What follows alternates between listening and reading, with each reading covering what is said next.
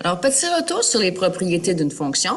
Des notions que tu as déjà vues en troisième secondaire, qu'on va revoir en quatrième secondaire. Donc, ici, on va partir de l'histoire d'un déplacement d'un poisson volant. Donc, ce qu'il faut comprendre, c'est que sur l'axe des X, on a le temps en secondes. Sur l'axe des Y, on a l'altitude en mètres. Donc, l'axe des X représente le niveau de l'eau dans ce cas-ci, puisque le poisson, lorsqu'il sera sous l'axe des X, c'est qu'il est dans l'eau, donc à moins 3 mètres au départ, etc. Et lorsqu'il vole, on est au-dessus de l'axe des X. Alors, la partie où il vole, elle est présentée ici. Donc, on y va premièrement avec le domaine. Le domaine, ce sont toutes les lectures en X qu'on peut faire sur la fonction, donc la lecture en secondes dans ce cas-ci.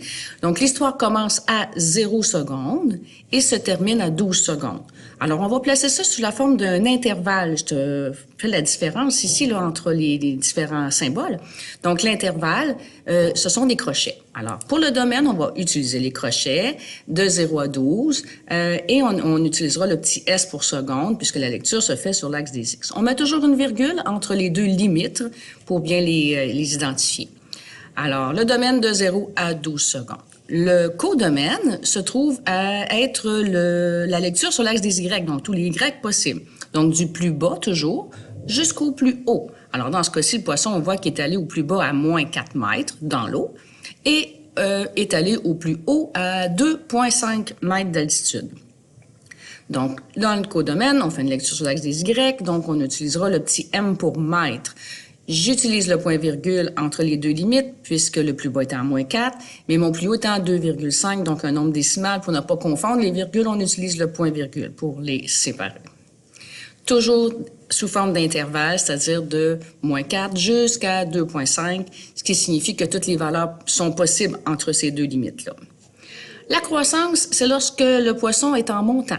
Alors, on voit que le poisson, à partir d'une seconde, la première seconde, il descend. À partir de la première seconde, là, il monte. Alors, c'est ma croissance qui commence à 1 et qui se termine à 6 secondes. On fait toujours une lecture sur l'axe des X pour la croissance.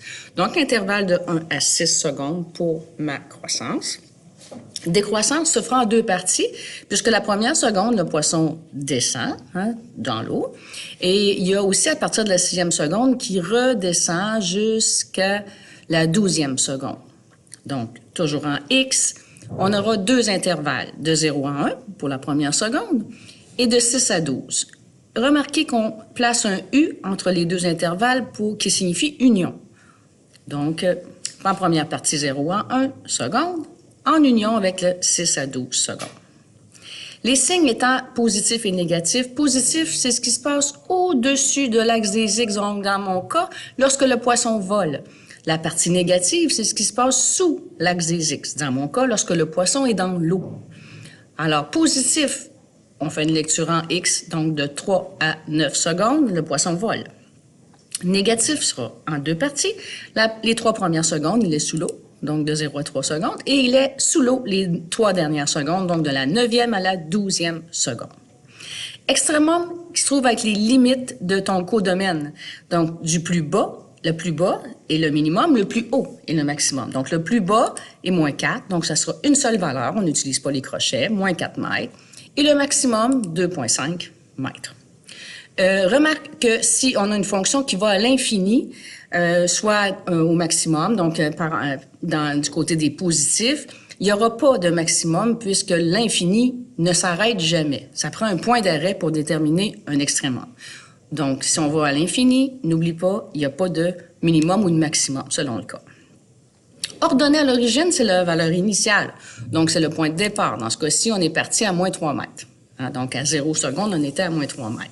Donc, ma valeur initiale étant l'endroit où on coupe l'axe des Y. Les zéros, ce sont les endroits où on coupe l'axe des X. Dans ce cas-ci, lorsque le poisson touche à l'eau. Donc, il touche à 3 et à 9 secondes. Et là, on va les énumérer parce que c'est pas de 3 à 9, mais bien précisément 3 secondes et 9 secondes.